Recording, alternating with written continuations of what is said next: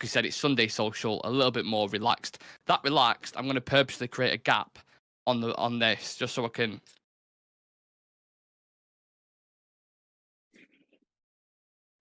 Just because we can. Why not? Chewy's face like, what's going on here? Just because we can. How are we doing, lads? We good? Oh, mate, after yesterday, I'm still not calmed down.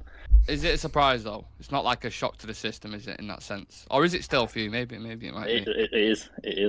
Really? Yeah. Why so? I'll just get into it now, man. What I seen yesterday was, do you know what? Absolutely disgraceful from a manager's point of view and a player. Like, I'm done with all of it now. Like, all of it. Like, managers, players, coach. I mean, I'll get onto the players and like individuals in a minute, but yeah. How can the manager, like obviously Sam was there as well, how can a manager sit and watch that and not make a sub for like what was it, like 65, 70 minutes, something like that? And then make the wrong sub. Yeah, to the point where the whole stadium was booing the substitution. Yeah. It was baffling. Like, after 30 minutes, I would have told you that Eriksen needs to come off at half time. Oh, like, God. He was so slow. He was just slow in possession. The amount of times where he got the ball and he got stripped off him because he just was so slow to react to someone like obviously behind him. I could walk past Eriksen. Like my daughter could walk past Eriksen and he wouldn't catch her. It's just Wan-Bissaka. Do you know what you said to me on the show the other day? The one with Shreyas. Wan-Bissaka, yeah, he would be the one that sell, and I was like, oh no, I'd keep him, mate. I'd bin him off. Do you know what? Like, him next to Anthony played well, yeah, but he was hampered by Wan-Bissaka, who looks like he never kicked a ball in his life. In the game where we're pressing and going forward, mate, he's poor. Who else is in there that was terrible? Do you know who pissed me off as well? Garnacho. Do you know what? He's a threat, yeah, and he's deadly, but his decision making is absolutely shocking. He doesn't know when to cross the ball and when to shoot. He does it the wrong way around. Yeah. And I know people are saying about like VAR penalty decisions and stuff like that, but when we can't put away Burnley without relying on VAR decisions, mate, there's something wrong. Civir, with Arsenal winning the London derby and Man United losing or drawing, which felt like a loss in the same weekend, you must be pretty down at the moment. I'm sure you guys already knew, like, I've been down since Brentford. Yeah.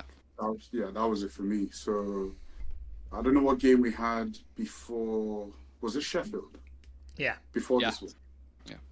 Yeah, there was a point in the chat, like even yesterday when we were playing, like I could see you guys in the chat going crazy. I was like, I'm thinking in my head, like, these guys still have hope. Like, are they still, like, I don't get it, because first half with Brentford, like, I was dead, and I've been dead since then. I haven't. So everything else now is just it's just a pile on. And then seeing Arsenal do what they did to Chelsea, scoring at will, just having fun with it, and knowing that they're going to come to Old Trafford and possibly win the league at Old Trafford. Like, I remember when it happened in 2001. That's how old I am. Like, I remember that when Arsenal won it 3-1 at Old Trafford and won the title. I can't just relieve that now. And I'm just thinking about it because just knowing how crap we are and having to deal with that, like, we're just going to get violated. Like. But yeah, it's rubbish right now being a United fan, watching the way we play, not having any hope, knowing that, seeing. I think the most depressing thing is that everyone else can see what the problem is, or at least can see where we're going wrong, and the one person that should be seeing this isn't doing anything about it. And I think this is the biggest issue that a lot of us are facing now. And surely he sees it, but for some reason he's just made this decision to play in this manner and not deviate from it, like he's trying to prove something to someone. And we all know that we can line up better. We've seen he's done it before with the same players. Last season we played well. We had a successful season last year. So it's just baffling to me why he just continues to do this. And I've already been, I gave up hope weeks ago. So all of this is just, whatever. I've just had an epiphany, lads. I just thought, do you know why it is? Do you know why we're losing all these games and we're playing so poor? And I'd never even thought about it before. It's about Weghorst. It's not about Weghorst. We're missing Weghorst. There was a key ingredient missing from last season, and that man is Mr. Val in the 10, playing at Nou Camp. Warhorse. Yeah, Warhorse, that's his name. Now, Sam, you've been under the opinion for a while about Ten Hag, and you still would give him 6 months under this kind of new thing with Ineos. Is that still the case, or are you even starting to think? I can't, like, with Chivy's argument and Aaron's argument and everybody else on social media, I can't argue against them the fact that they want him out. Like, I can't, because I'm watching the football day in, day out, and it's fucking shite, and he's making stupid decisions or lack of decisions. So I can't go to any of those fans and argue and debate him, because at the end of the day, like, I can see what they're seeing. I understand it. So I'm not going to sit here and be the Ten Hag in guy, because I don't feel like I am, but I'm not like, let's get rid of this manager, because I just don't think it solves the issue. I think there's so many more issues, but he is an issue. He's a massive fucking issue, and something needs to be done. So whether he loses his job or whether intervention from Ineos or something happens, I don't know, but something needs to be done, because there's something clearly wrong there. I just don't understand how he can watch Ahmad for, how long was Ahmad on the pitch? Like 35 minutes, 30 minutes? Yeah. And the impact he had on that game was ridiculous. Like, he was exactly what we were crying out for in that game. Got on the ball, made some great passes, runs, 1-2s, like, created chaos. And that is what we've been crying out for ages. And he just doesn't start him. He just refuses to play this guy. He just keeps crowbarring Anthony into the team.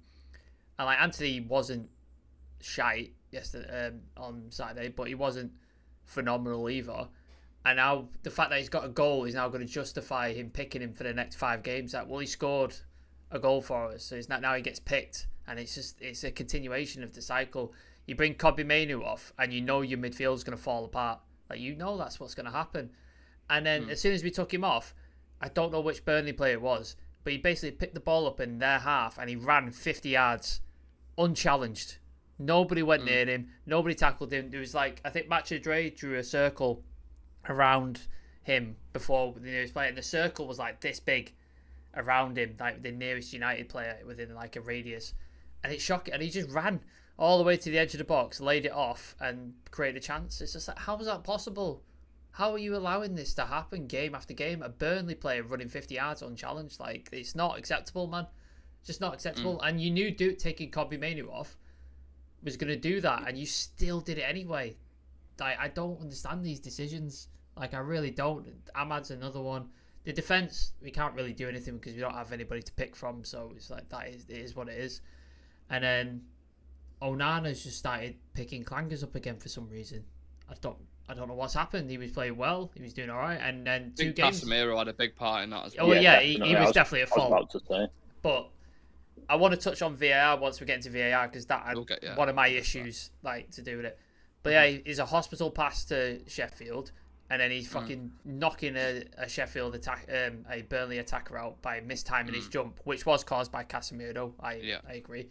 So yeah, it's just, there's a lot of stuff which is what within the manager's purview and the manager's control is player selection, substitutions, and like tactics. That's within his control, and he's fucking up on all 3 fronts of that. He's not doing the things that needs to be done, and that's what's baffling. That's why I can't argue against anybody, man. Like, I can't, because it's unbelievable how bad we are. Do you know what? This is... Sorry. No, go for it, mate. Go for it. I mean, I've heard Sam say this before, and I've heard other people, other Man United fans, say they want to see Ten Hag under new leadership, like under the new Ineos thing. And I've never really understood the argument with that, because it doesn't matter who owns the club. There's still going to be space in the fucking midfield. It's not like new owners come and then for magical reasons it's still the same guy. There's still You broke Nick for that one. That comment broke him. it doesn't matter who owns the club, there will still be space in the midfield. So I've never understood this, but the argument, and I was hoping to get some insight from it, because maybe you're seeing something that we're not seeing. But then at the same time, I kind of, and correct me if I'm wrong, Sam, please. I think I understand what's going on here, because Ten Hag, the image of Ten Hag is kind of like this ideal that we've been waiting for since everything we've been through under Jose, under Louis van Gaal, Ole Gunnar Solskjaer. Finally, we get this guy who has the CV, who has the image. He's not loud, he's not crazy. He's, it's all about discipline and control and structure and all that. So the idea of Ten Hag, I can understand why people kind of fall in love with it. And I think people are having a hard time, finding out that this isn't really what we were promised. Like, he's actually not. So it's hard for people to kind of, and United fans, to be honest, not me included, but a lot of United fans are kind of romantic, and they're kind of stuck in this romance, and it's hard to kind of break free. And I get it, because Ten Hag has built credit in the bank, especially from last season, all that he's done. Because I was sold last season. I was, in my eyes, for me, it was a success, and that's why it's so hard for me to kind of put both people. It's almost as if he's got bipolar. What do you call that? Bipolar disorder. When you have two personalities, when you just wake up and a different person. He's also delusional, though, to kind of add to that. Like, some of his comments after the game. These usually annoy people anyway, but the ones specifically after last night, when he was like, we play the best, most exciting football, but maybe for fucking neutral who's watching, not for United fans, because United fans are watching this and they're like, oh my God, please just grab some control and grab hold of this ball. Why have we got the same XG? Why is it competitive with every single team near the bottom of the league? I went back through games. I don't know what show it was. One of the shows either this morning or yesterday. And I was looking at it and I was like, Brentford, 1-1. Luton, we only just beat them 2-1, and that was a fucking end-to-end game. Sheffield, that was back and forth, and then at home it was back and forth. The Burnley game, 1-1, and then we only beat them at Turf Moor 1-0 because of Johnny Evans' assist. Like, when you actually go through the games... Don't forget Newport. Yeah, Newport, like, teams near the bottom. It's competitive. Right? Coventry, go through them all. You know what I mean? Like, it's crazy. I want to rebuttal Chivy, and then I'll let Aaron have his say, because I feel like he's sat there wanting to say stuff, and I want to read a few comments out as well, and then I'm sat there bubbling up again. Yeah, he's just getting wound up. For me, it might be true that people have the romantic image of Ten Hag for other people. For me, it's not so much the case. For me, it's more, what now? What then? We get a new manager in. Do we repeat this cycle for 2 years, which we've been doing? Like, does that continue on? Because if that's the case, then I don't want that. I don't want to be another season, for argument's sake, I'm not saying anybody wants Tuchel, but say, for argument's sake, Tuchel. We get Tuchel in for a year, he's really good, impressive football, he wins a trophy, we get top 4, everybody's like buzzing, we're getting on. Next season, he has a dip, and he drops off, players stop playing for him, players fall out, there's been issues, blah, blah, blah, and then he's sacked. Do you know what I mean? And then it's like, if we do it again, it's like, all right, we got to get the next match. So how long are we going to do this for before we think? Well, as long as it takes. But do you know what I mean? Did it. We're not better than Real Madrid. No, but not Real Madrid, are we? We're not Madrid. We're not winning Champions Leagues. We're not winning any titles. We're not doing any of that shit. Like, we aren't. Yeah, but they weren't winning any. So Real Madrid wanted to win. Every year it's Champions League, Champions League, Champions League, and they didn't win it for 10 years. And I'm sure I've given this example before. Between 2002 up until 2013 or something like that, it was 10 years. They hadn't won the Champions League. And within that time, they had 11 years, and they had 10 managers. They sack, and it doesn't matter. Like, this is what they want, and they will hire and fire until they get what they want. And we're no better than them. I don't know why we feel like we can't do that. No, I understand what I'm saying.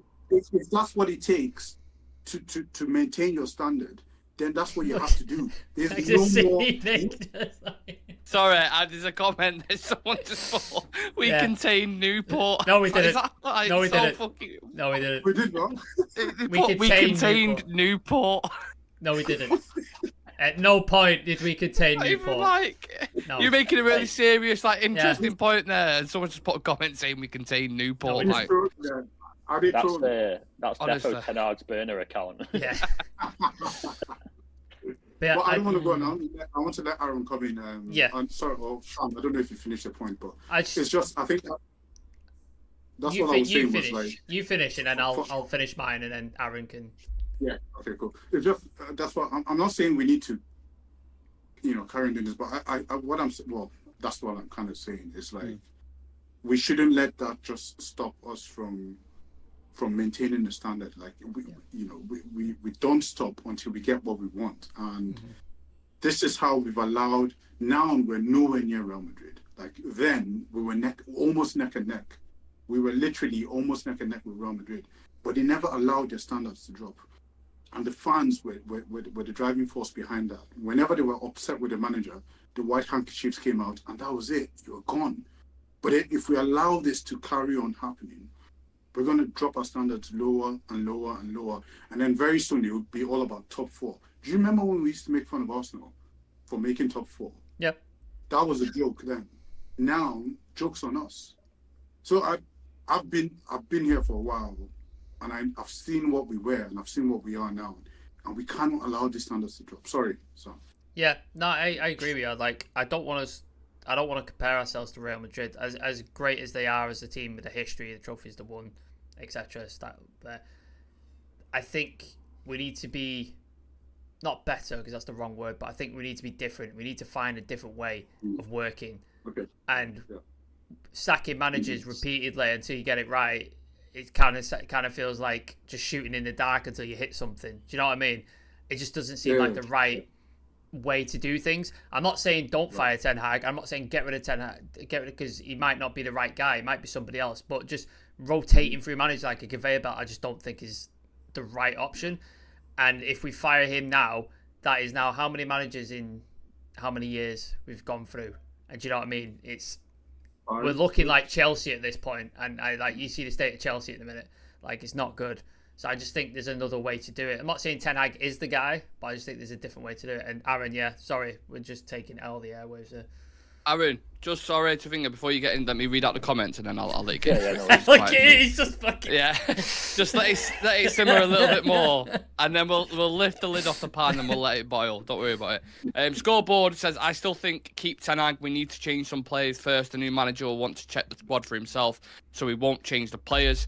Sam said it's unacceptable the teams we are dropping points against, especially at home. Tim99 says, Ten Hag said after the game he has to protect Mainu minutes due to his age. Do you agree? We'll get into that in a minute. We should not entertain his poor results from the teams because we're afraid to hiring and firing coaches. Michael says, so because it worked for Real Madrid, does that mean it'll work for us? Why not get rid of these players? Yeah, I'll get through them. So take any of them points that you want to pick out. They're on massive contracts on ridiculous wages, and no other team will pay those wages. That's why we can't get rid of the players. That's Aaron, go. Where do I start? Just to jump in on what you were saying then, the only thing I think about that is, like, give Ten Hag another 6 months, it's the same shit. It's another season written off. Like, we bring in another manager, it's another season written off. Like, yeah, and I'm not expecting us to win or anything next season, but if a new manager comes in, them 6 months could have been laying foundations for a new manager's style of play, or building whatever he wants to build, instead of bringing in like a Ranić or whatever. And we've seen how that went. That was like, started off all right, and then it just fucking... Read the best 45 minutes. 45 minutes. It's literally 45 minutes. And then it just... Yeah. But yeah, for me, like, he needs to go, man. I just watching that yesterday, it, like Chibi said, it's like everyone can see it. The stands and that, it was so, like, everyone was frustrated after about 30 minutes, and he's not changing nothing. And another thing that wound me, Aaron, when you say he's not changing nothing, what specifically should he have changed in that game yesterday? Do something with the midfield. Do you know what? Right, you play to your strengths. And for me, for a manager that can't see and play to strengths, is worrying, because if your midfield's got gaps in it, Ollie used to do it like he just used to put Fred and McTominay, and we hated it. but it solved a problem that obviously you couldn't go out and get that player. He protected the back four that wasn't good enough, and you know, if it means changing your formation, I mean, you'd have to die on your sword, you know what I mean, and just go out like. But if you're trying to instill a certain way and patterns of playing, and then all of a sudden 6 months into the season you start switching it up, and the player's not going to start questioning you then, though. Well, it's bullshit that, because in my opinion, if you're so thingy about your style of play, why did you abandon it last season when we got dicked? Because for me, if that is your way of playing and that's what you want, why would you give up on it to try and then reinstall it next season when you've lost 12 months of integrating that style of play? And if it wasn't sustainable, then you're the wrong manager. I think, in my opinion, because of the players that he was bringing in. So, for example, obviously Mount's been injured all season. Lissandro's been injured all season. I'm not making any excuses. I'm just playing devil's advocate for this. So when you're trying to play out from the back and you're trying to press and you have to bring Eriksen into the midfield, we've all sat here and said on this channel before, you can't fucking... Eriksen's got nothing in the tank whatsoever. So when you're trying to press as a cohesive unit and team, and the wing-backs like Wan-Bissaka ain't pressing up and Eriksen isn't pressing up, it's like saying, oh, well, take Wan-Bissaka off then. For who? We've got no one. Take Eriksen off. For who? There is no one. McTominay and Mount were both on the bench, and I don't want to McTominay's injured, 30 minutes in the legs, and Mount only just come back as well and from being injured. Yeah. So you don't want to rush him back. But it's one of them, innit? Like, if you have to play them, you have to play them. Like, you know, you don't worry about playing Rashford when he's fucking missed a game and he comes back and he's straight back in the team. But then people moan again that he's got injured again. Oh, he's put Mount back on, he's rushed him back, he's injured. You know what I mean? So it's a tweak your formation then. You know what I mean? Like you've got to be able to adjust to something. What do you do then? We ain't got the players. Fuck it, we'll just throw this. Like, you know what I mean? It's like last season we had a lot of injuries as well, but because of no way near as many as this season. Very, very close to what we did when we got towards the end of the season. Before we played Civir in the Europa League, was that quarterfinals? Quarters. Yeah. Yes, I remember I was having an argument with one of my friends, and I had 9 starters that were out. 9. So we had a lot of injuries last season as well, but because we're set up in a more conservative way, it's no mystery why we had one of the best defenses last season. We had more clean sheets than anyone in the league last season, because we played with the two midfielders, 2 holding mid, Casemiro and Eriksen, protecting the back four. Eriksen, whose legs were dead, literally. But we had right now the problem is that we're so easy to play against. Every team has a chance against us because it's so easy. We've said this so many times, 2-3 passes from the goalkeeper and our back four is left exposed so many times because it's a complete deviation from what we did last season. And I don't understand why we can't just change that. If we change that and he's worried about what the players think, they wouldn't care as long as we're winning. They would be happier with that. And it was a more conservative way of playing. It doesn't matter if we're defensive. We've always been known for being a very good counter-attacking team for years, for decades. That's what Man United is known for. So until you have the right players to play the style of play you're playing right now, then carry on doing what gave you success last season. This is all we're asking for. And the issue here is that we're not complaining about this new style of play because we're losing. It's because we can't see any future in it. There's nothing to believe in this. If we had a style of play that was working, but we knew that it would still take some time to sort of for it to get better. We could see what was happening. Nobody can see what's going on. None of us know what this whole thing is going to be. This transition style of football, we can't see it. Nobody can. This is why we can't believe in it. And I don't understand what everyone else is seeing that. So this is what you could easily change this thing quite easily and just be more, I don't know, it's pragmatic. Yeah, exactly. It's like an MMA fight, isn't it? Like if you fight in like the UFC or in the MMA and you have a style, but then the guy is just wailing on you the entire time, are you going to go, no, I'm just going to continue on with my style. I'm not going to try and wrestle him. I'm not going to try and do any jiu-jitsu. I'm just going to keep kickboxing him even though he's lighting me the fuck up. No guy's doing that. No guy's just going, no, this is my style, I'm sticking to it. They adapt. You have to adapt, and especially when you're in trouble, like we are, which we are in serious trouble, you have to stem the bleed. Like, at some point, you have to do something to stem the bleed just to get through these games and get into a position where your team's not falling apart, especially with the injuries that you have. You have to adjust it. And then once you get the players back, you can start implementing your style of play if that's what you want to do. But at the minute, we are bleeding all over the floor, and he's not even putting gauze on it to fucking stop. We're just bleeding all over the floor. You know what's worse? It's not like we've done it before. Yeah. We've all seen us do it before. Like, this is a tried and tested system that has worked 12 months ago.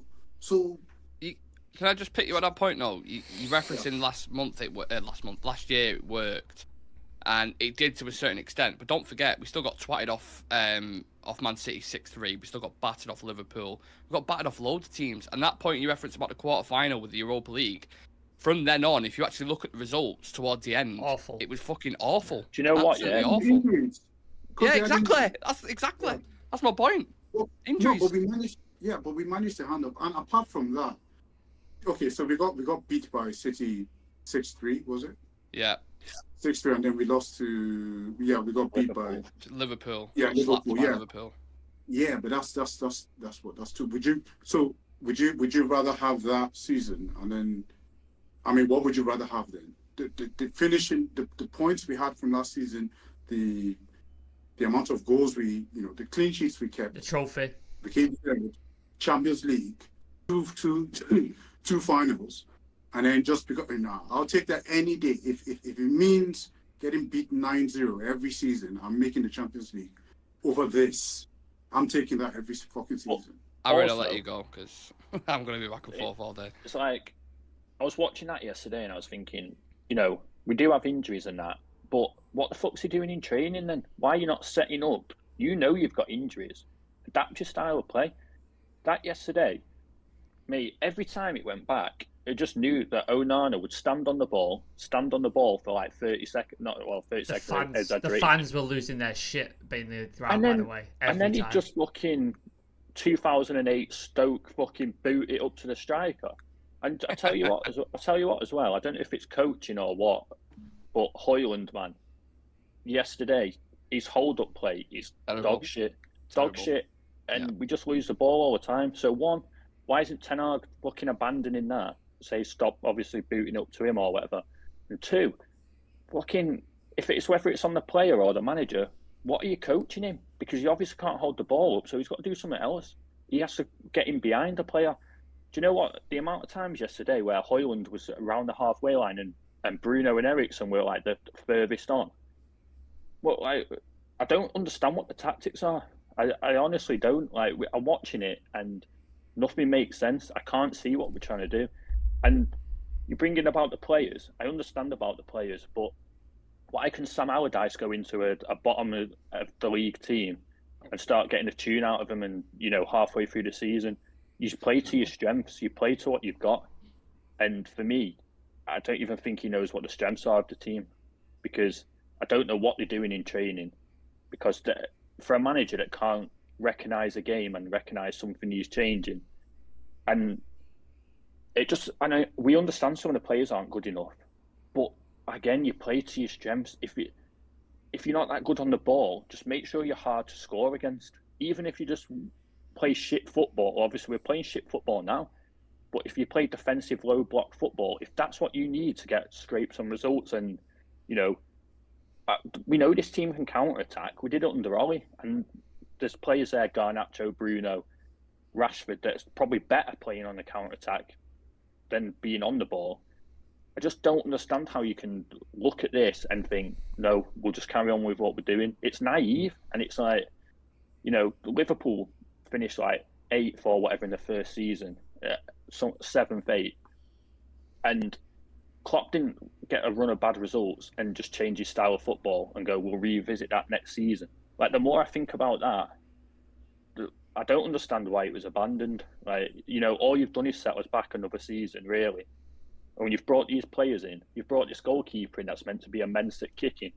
I remember De Gea, getting absolute pelters in the FA Cup final. But just every time he got the ball, he just lumped it up and gave it back to City. But that's all Onana's doing at the minute. Box makes a great point in the chat. He says, after 2 years into Erik ten Hag's tenure, feels like we already need a mini rebuild, revamp of the squad. Plus, we're no further forward in the grand plan to get back to the top. Louis van Gaal went very pragmatic in the 2015-16, employing a Herrera, Fellaini, or Schneiderlin in the CM. Dino says, do you think Erik ten Hag overachieved last year and this year it shows? Do you think injuries to his main players have happened to the team? Ten Hag is a victim of his own success. Højlund looks like he'd benefit from quick, small passes into feet or crosses into the box. Crosses into the box, I agree with 100%, but we never. He needs to learn to make runs behind the man as well. Balls in behind. At Atalanta, that's what he thrived on. There was a ball in behind because he's lightning quick, Højlund. He's fucking rapid. Ball in behind, he did it so many times. He'd get hold of it and he'd just run it. The defenders. And he's strong. You can see it. If you play him through and he's one-on-one, you can see him like obviously nudging a defender off and that, but he was just can't play into his feet, man. It's like playing it into Lukaku. It was like you're losing the ball every time. Yeah. Højlund looked like it. Oh, I read that out. The main difference from last year is Rashford scored 30 goals. It's obviously a significant thing. The widemen like Rashford, Garnacho, Antony must be frustrating to play with as a lone centre forward. 100%. Oh yeah. 100%. Even Didier Drogba would be like fucking looking at him saying, "Put the ball in the fucking box for God's sake!" Like what he's doing. It's so selfish, man. We have got quite a few of us in the chat, so if you want to leave a like on the video for us as we go through these topics on the table, I'll be more than grateful, and hit that subscribe button. We're currently 157 subs away from 5,000 subscribers, so if you want to help us in that journey, again, we'd be very grateful. Bringing it back a little bit to the game in itself, Civir. There was obviously a decision in there with the handball. A lot of people kind of losing their minds over VAR and all this kind of stuff, and that's where I want to kind of take this conversation a little bit. What were your thoughts on the handball? Because if you look at the Coventry one, the one that happened with Wan-Bissaka, I don't know if you've seen it or remember it, and then the one that happened yesterday, there's not much difference in it, is there? I think with handball, it's only handball when the referee says it's handball. So, subjective. Yeah, it's literally that's what it is nowadays. I mean, I still haven't gotten over the Middlesbrough handball last season. Yeah, fucking hell. Oh my god. What was that? FA Cup. FA Cup, wasn't it? I don't want to say Carling Cup. Sorry, FA Cup. It was. It was the FA Cup. Yeah. That one, that was just after that. I was just like, well, right now, and it's just up to the ref. Whatever he thinks is handball is handball. But yeah, it's a bit harsh, and we've been on the end of a few harsh decisions this year when it comes to handballs. I mean, it's happened. I'm sure we've had like 4 or 5 this season alone. Bad ones. We had one at Fulham. We had one at Spurs. There's loads. It's consistency, isn't it? Like if you look at those 2 incidents, like the handball, I think the same thing happened, didn't it, in today's game? Was it the Arsenal game, I think, or was it the City game? I can't remember. Exact same incident. The arms out here and it hits, and it's a penalty. And it's like, well, where's the consistency? I'm not saying ours was a penalty, but if ours is not a penalty, why is the other one then a penalty? Like, do you know what I mean? Like, just finds consistency. Onana going through the back of the guy is a penalty. Okay, fine. If that's a penalty, that's a penalty. Edison did the same thing in the Nottingham Forest game. It's not a penalty. Like, I don't understand. Like, how can 2 incidents so similar be penalty and non-penalty? Where's the consistency in it? The Spurs Arsenal game. Who was it? Was it who kicked the Romero in the arse? Like, he just fucking levered him like right up the arsehole. He was like in the Spurs box. Arsenal game Today.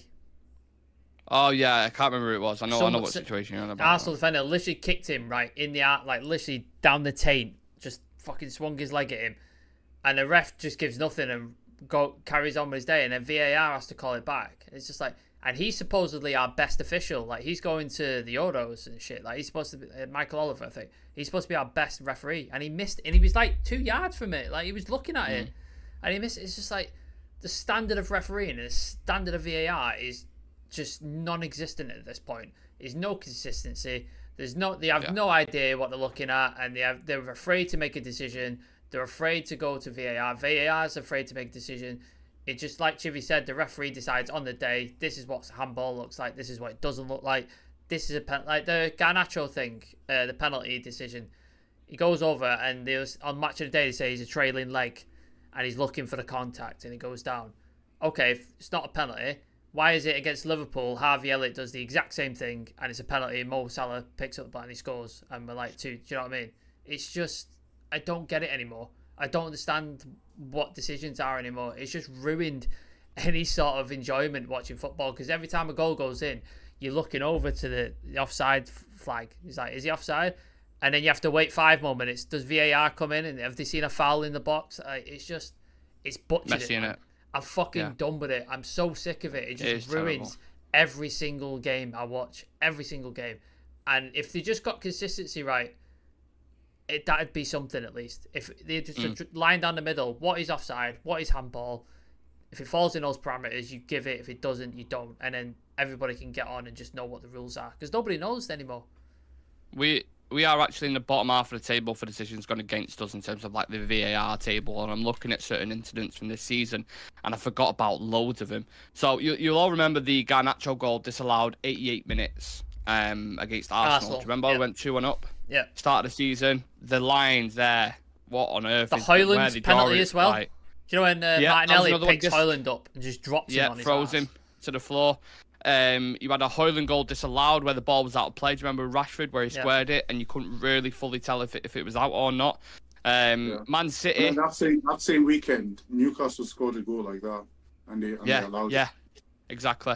A penalty awarded. You remember Højlund on Haaland, was it? No, on Rodri. Sorry, in the box. Oh yeah, grabbing him. Yeah, and then I'm sure the next week the same thing happened again in another game. Maguire, someone grabbed Maguire, yeah. Yeah, and then we didn't get it. Loads and ones here. Let me have a look at a couple more. Even the handballs, the penalties, like the handballs, like so many.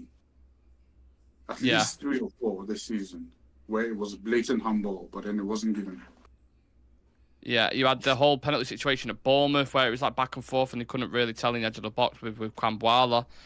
It's been a nightmare, and that's just us, by the way. Do you remember the Fulham game, Harry Maguire, and he back post, and he slid in and scored, and they said it was subjective offside?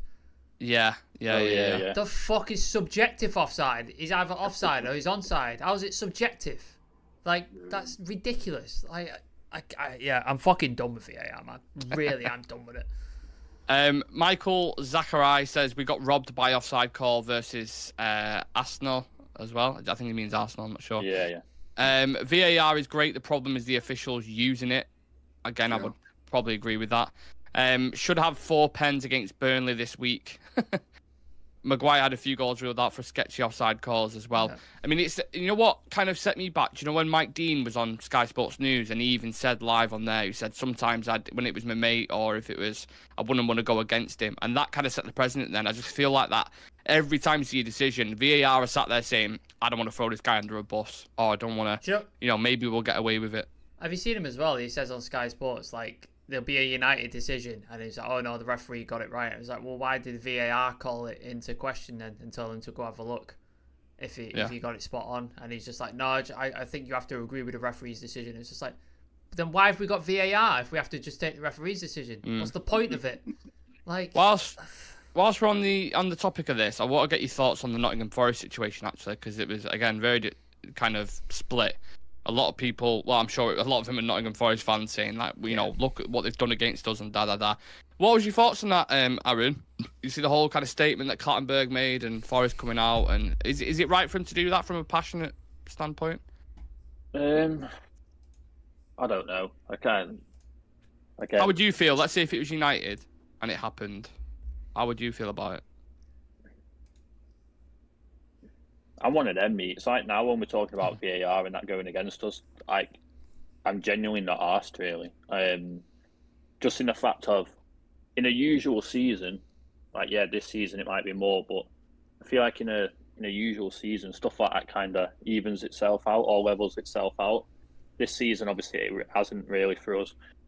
But, yeah, I'm from the old school mentality of, like, fuck that, you know what I mean? Like, with or without that, we should be winning. Like yesterday though, I can say that handball, mate, I've not even watched it back, but it was right in front of me. I could tell from just seeing it once that it was clearly handball. Like, And I don't even, was it even checked?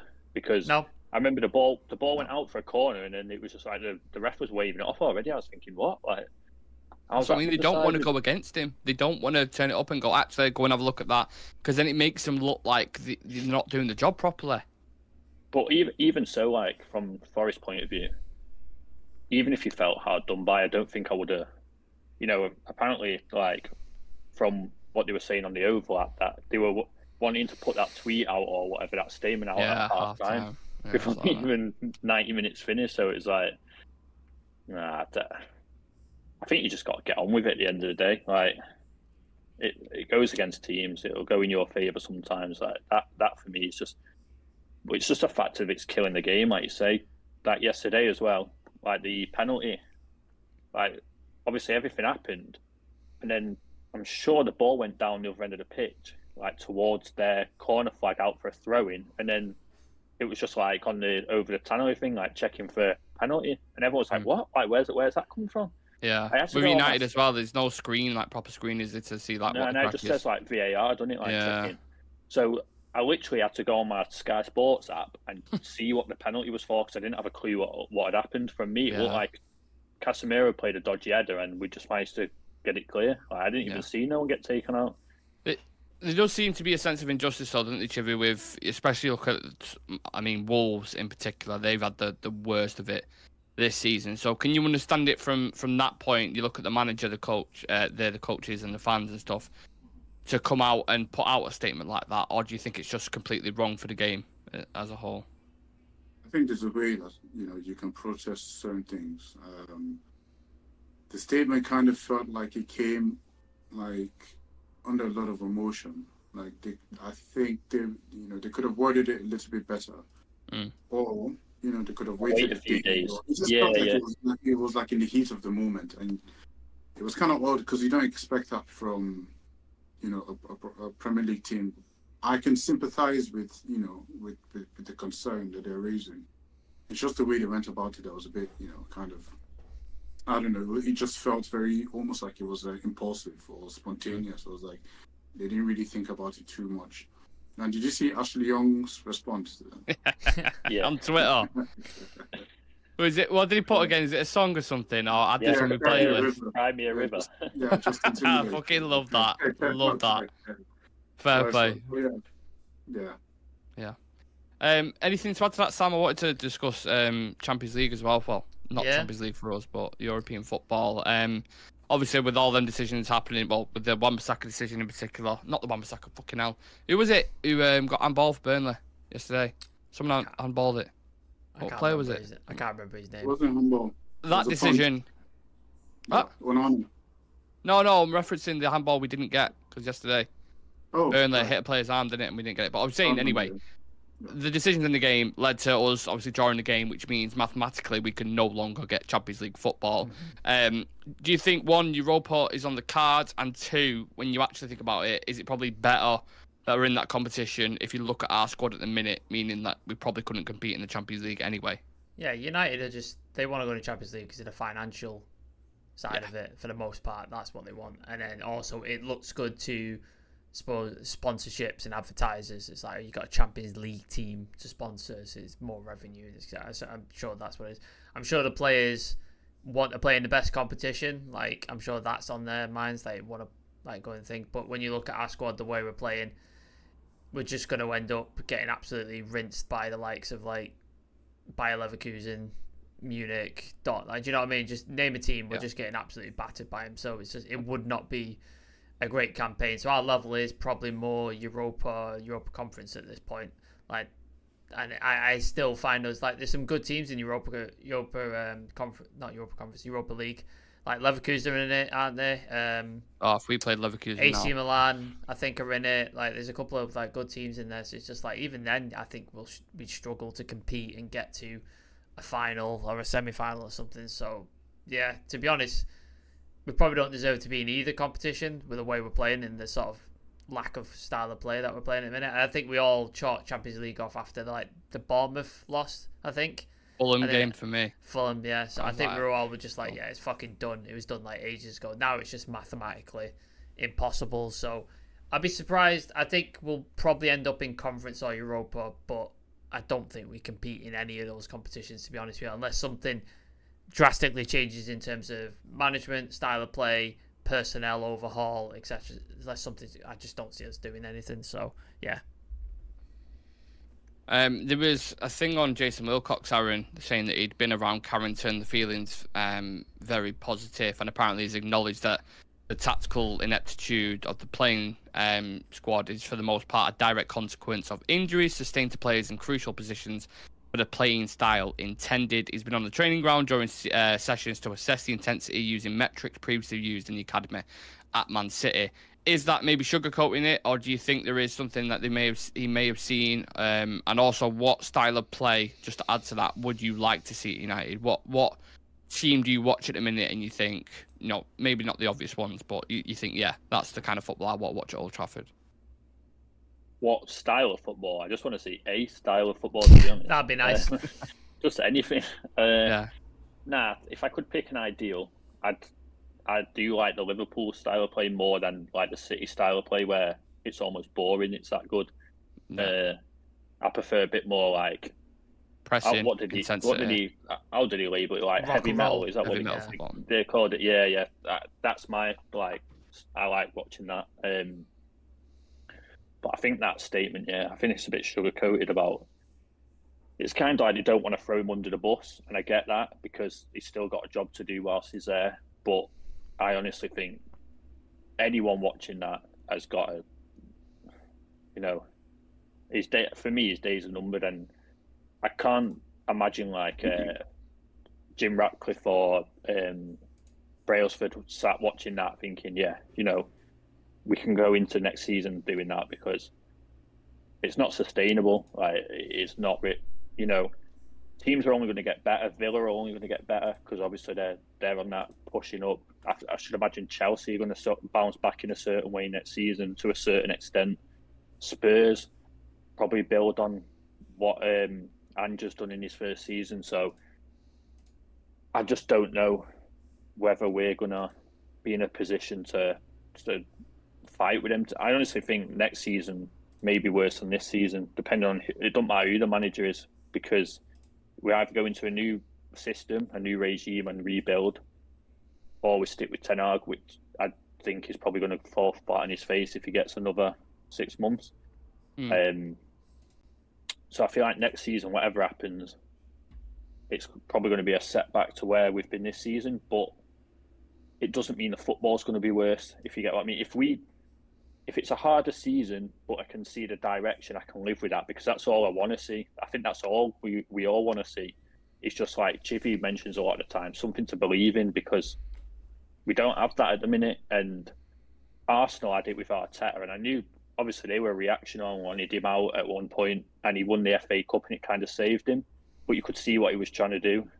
You could see what Klopp's doing. Even like Postecoglou now, you've seen he's gone into Spurs, and his results have been a bit hit and miss, but you can kind of see what he's trying to do. I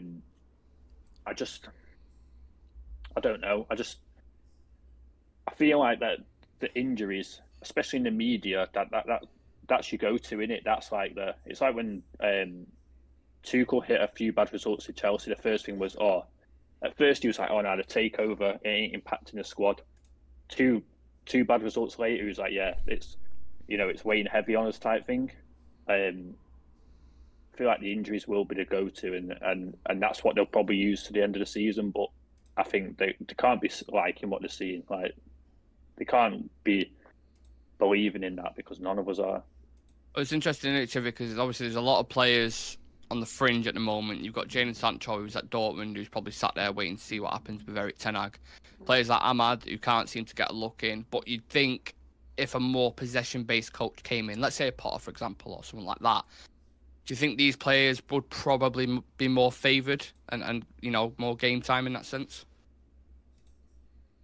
Yeah, I mean, if they suit the system, the possession style football, that's just hypothetically speaking, if it was like a possession manager, yes, I think we'll kind of see them feature more, especially someone like Ahmed. And here's the thing: when we played Liverpool in the FA Cup, The only reason Ahmad was there was because Forson was injured. Mm-hmm. If Forson wasn't injured, he would have played instead of Ahmad. So I don't want to get into the manager and why he doesn't like Ahmad, but yes, I think would see players like Ahmad. He's a lot more intelligent than people than people think he is. He's very smart with the ball, very, very judicious with it. He doesn't lose it. When he's always, if he's not seeing a true pass, or like if the pass isn't open, he's keeping it and playing it back. He's a bit like a Bernardo Silva in it. I'm not comparing him to like the same player, but similar style.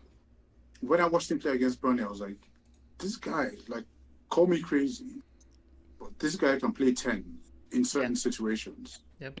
Right? If we're trying to break down a team, I can see Ahmad operating more centrally. If they're playing a low block and all that. Like, I'm not saying that's what he's going to be playing, but I'm just saying in that sort of situation, I can easily see him play a 10 or at least a wide playmaker role. So I'd like to see something like that. But in regards to Sancho, I don't know what's going to happen. I think it's all about the valuation. I don't think we're just going to sell him for peanuts to Dortmund. I think with Ineos coming in, it's a whole new negotiating team involved with like transfers and sales and stuff like that. So if they think they're just going to, get 25, 30 M's, I don't think that's going to happen. I think Jadon Sancho goes if his valuation is met. Yeah. And I'd love to see a team bring, 45, 50, I'll be happy. At least, yeah. You'll take the 20 million hit then, innit? Like, yeah, just something like that. Yeah, just something. Yeah, let's be happy with that, and then we can go and invest that into someone else. But just very quickly on the players in general, because just to add to what Aaron was saying, I don't think we're that far away. I've always believed that we're not that far away if we have a system that plays to the strengths of the players. So when we play against teams like Brentford and teams like, I won't even go as far as Villa, Fulham, they player for player, we have far better players than them, player for player. But they operate in a system that makes it easy for them to penetrate our defense, that makes it easy for them to just bypass us and all that team. So I think if we have a system that suits the players that we have now, I don't think we'll be that far off, honestly speaking. We probably wouldn't have a title-winning team or a cup-winning team, but we would have a team that at least for now can challenge to get into the top 4.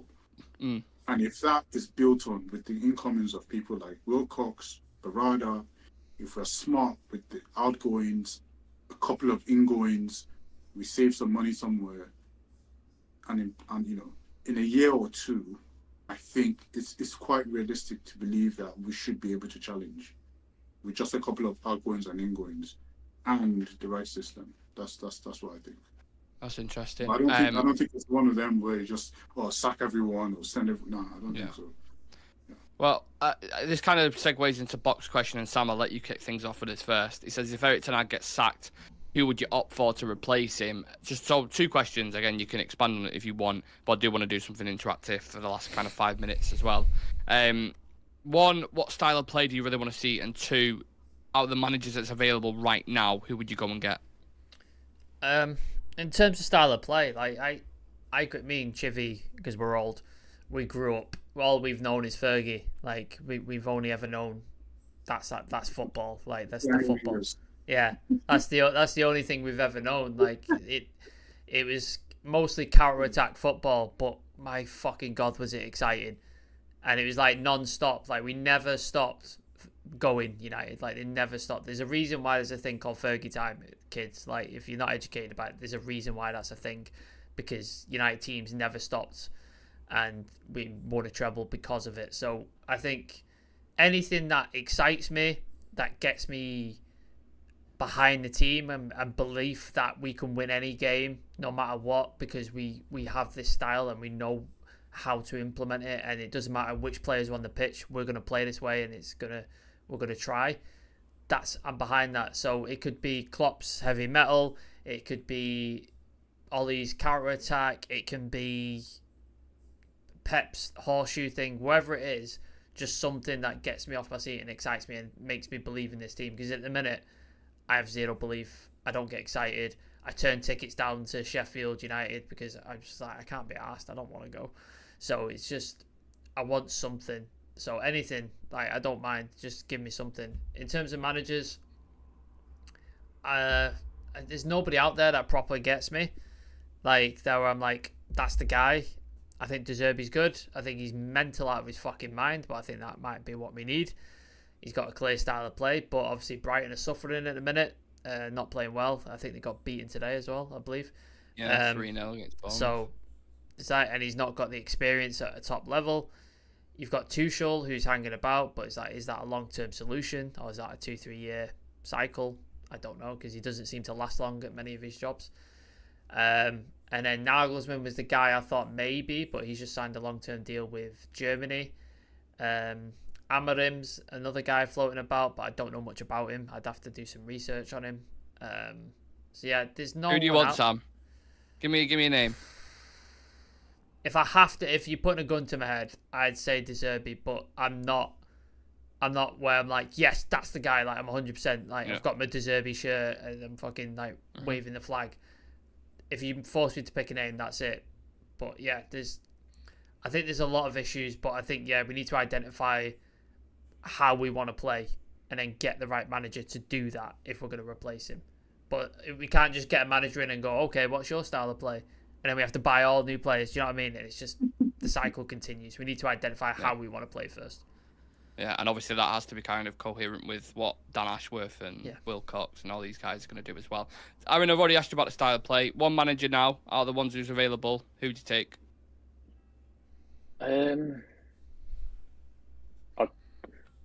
Allardyce? Yeah, I was thinking that. Or who else on there? Tony Pulis, he'll suit our style of play at the minute.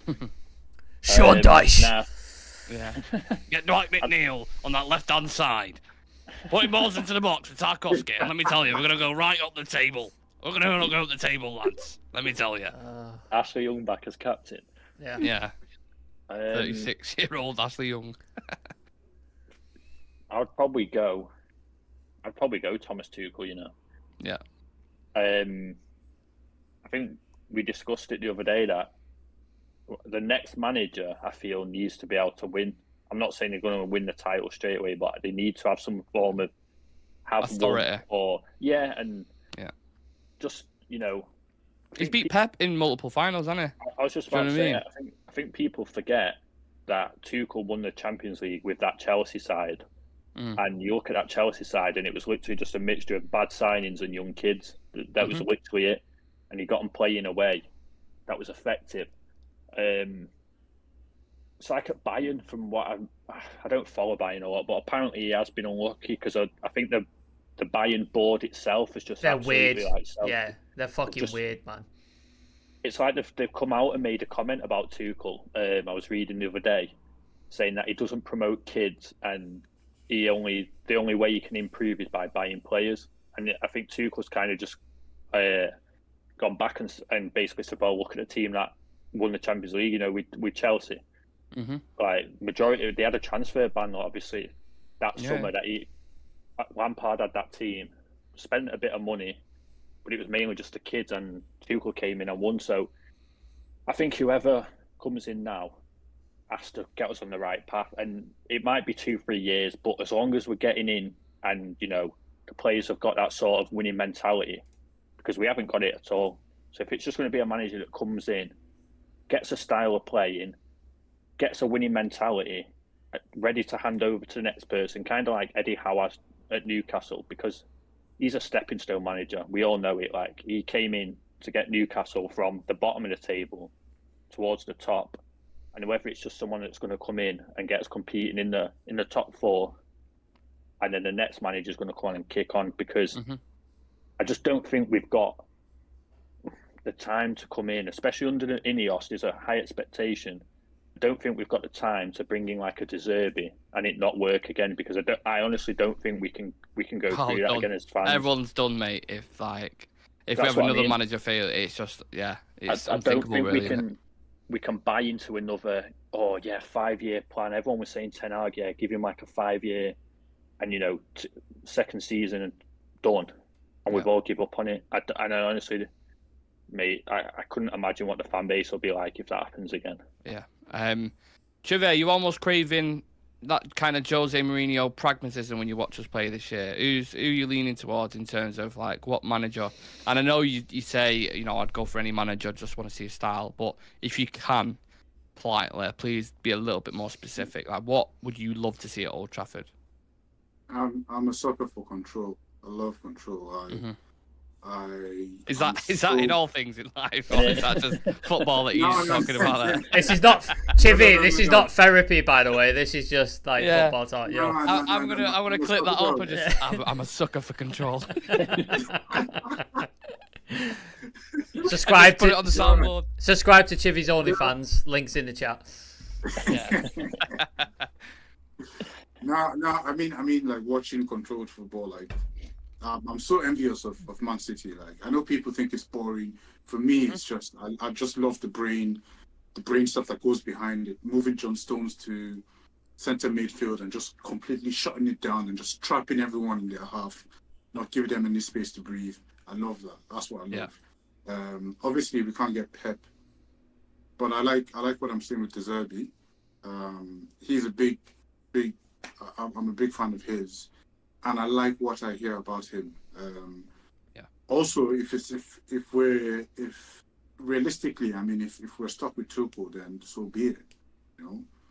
But I know that gives me some kind of foundation, if anything. Even if it doesn't last for 5 years, I know that with Tuchel there'll be a little bit of control, structure, foundation, a little bit of that. So I'm kind of happy with that. An outside shot would be Miguel Sanchez, who's Nick. What the fuck? Nick's gone. He almost made it to the end. He almost made it to the end. In my head, it's just like a track on repeat. It's just going. I'm a sucker for control.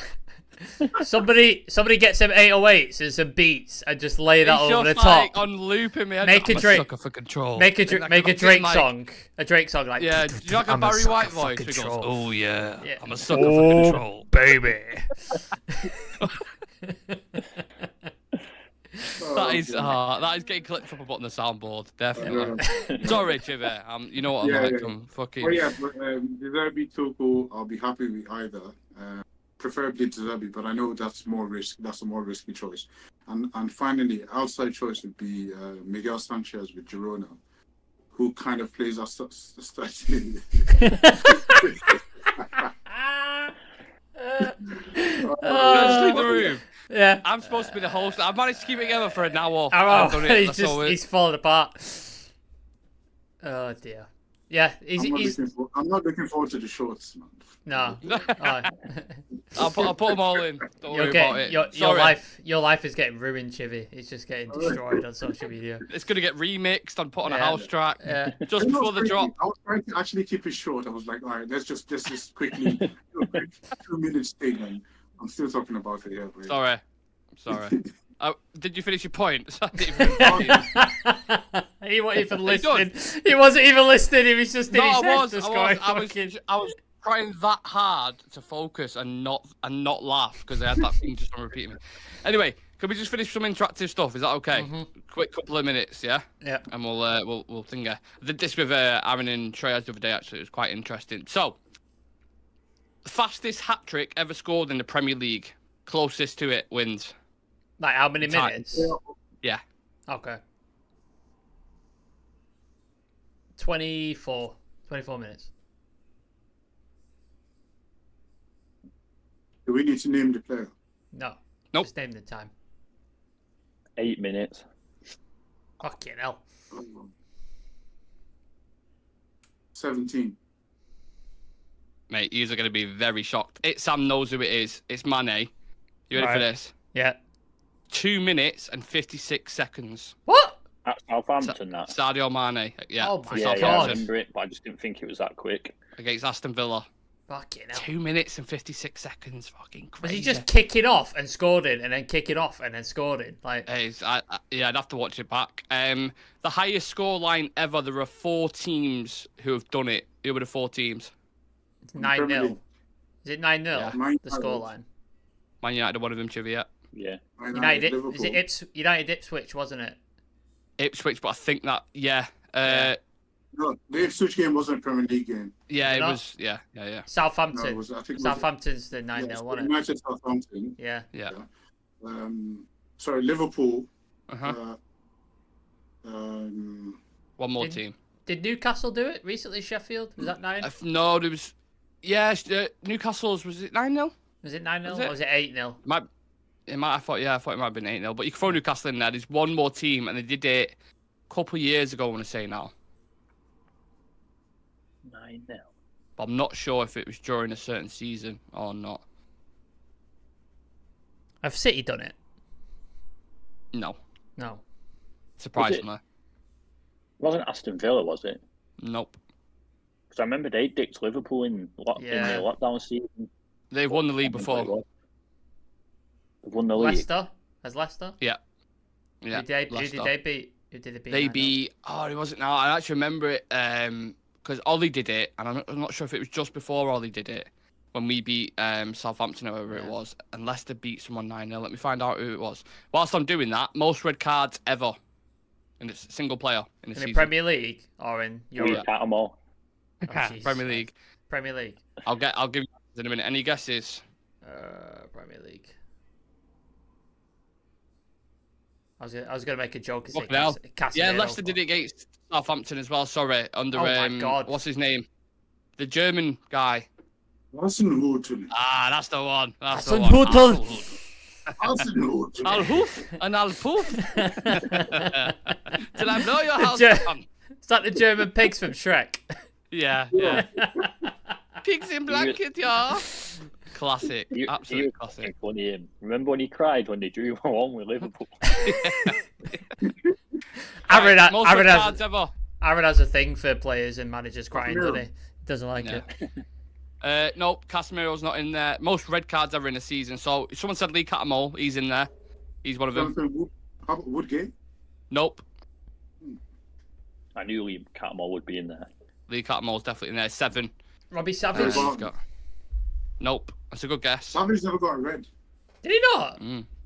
Never. He chucked some tackles in though, didn't he? Dark cards. Yeah, always got a yellow, never got a red. Joey Barton. Yes, he's at number 8 with 6. Yeah, that's a good shout, that. So there's 8 here. You've got Lee Catamol, you've got Joey Barton. Roy Keane. Yeah, Roy Keane's in there, just below Joey Barton on 7. Was Vinnie Jones in there? Yeah, he's just below him on 7 as well. Yeah. I don't know who number 1 is. Fucking hell. I can give clues if you're a little bit stuck. How many cards have they got, the number 1? 8. So there's 3 players, 1, 2, 3, on 8. What was he called? Stoke centre-back, is he in there? Ryan Shawcross. No, but I would have guessed it as Dirty well. bastard him. He was a dirty bastard. Was DiCanio in there? Nope. Do you want some clues? Yeah. Give us a clue. One of them's French. Patrick Vieira. Yeah, he's number 1 with 8. Keown? Keown from Arsenal? No, Keown's not in there. One was a striker for Everton. Very aggressive. Oh, the Scottish guy. Yes. Yes. Duncan Ferguson. Yeah, big dunk with 8 red cards. One of them surprised me a little bit. Irish centre back. Irish centre back. Yeah. O'Shea? Nope. Richard Dunn. Yeah, Richard Dunn. Was he actually? Yeah, 8 red cards. I'm sure he's like top of their own goal with Jamie Carragher. He was just clumsy. He wasn't so clumsy. So clumsy. He's like Casemiro now. When just you fell into Casemiro. People. Just fucking. Yeah. And then one last one. He played for United and played for Leeds. Alan Smith. Alan Smith is up there as well with 7. Which that was the one that surprised me the most. Furthest goal. Big up Rothford and Leeds, man. The furthest goal ever. So a goal scored from distance on the pitch. You want the distance?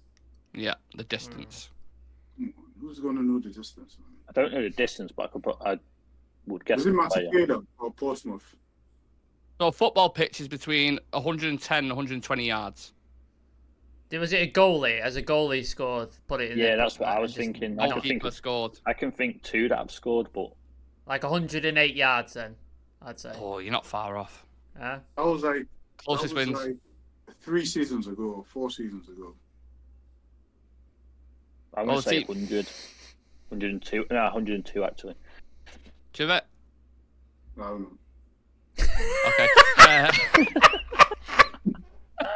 101 yards. Aaron got the closest because I can't categorise. I don't know. It was Begovic, actually, against Southampton. And then the last one, the most amount of yellow cards in one match in Prem.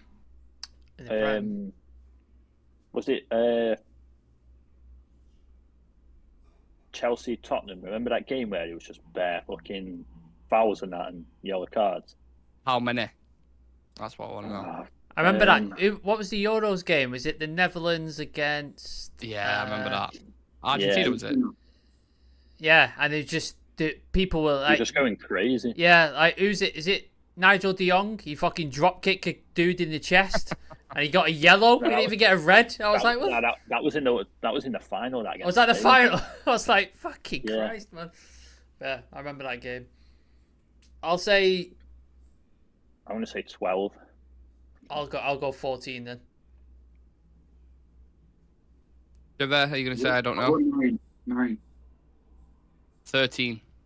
There is most in one match. Which game? Who was Very, very close. I don't know. It was a record. So most red cards in a season's 8, most yellow in one match 13, fewest yellow cards in a season 12. Coventry City must have been a flaky team. That Jesus, 12 yellow cards all season. No tackles being made whatsoever. No. Everyone's like, just pushing him off. Like, sorry. That's like us now. It's like Casemiro. Yeah. Casemiro's determined to get sent off every single game, isn't he? Just absolutely determined. What a guy. Rightio, yeah, we can leave it at that. Just thought I'd end it with a little bit of fun. Thank you very much, everyone who's tuned in. There's been loads of you in the chat. Really appreciate that. Please do hit that subscribe button. We're 155, I believe, off 5,000 subscribers. So if you can help us achieve that, be amazing. Check us out on socials. All the handles at the top. Big thank you to Aaron, Civir, and Sam for joining me on this Sunday social. And we will see you guys in the next one. See you in a bit. I love control.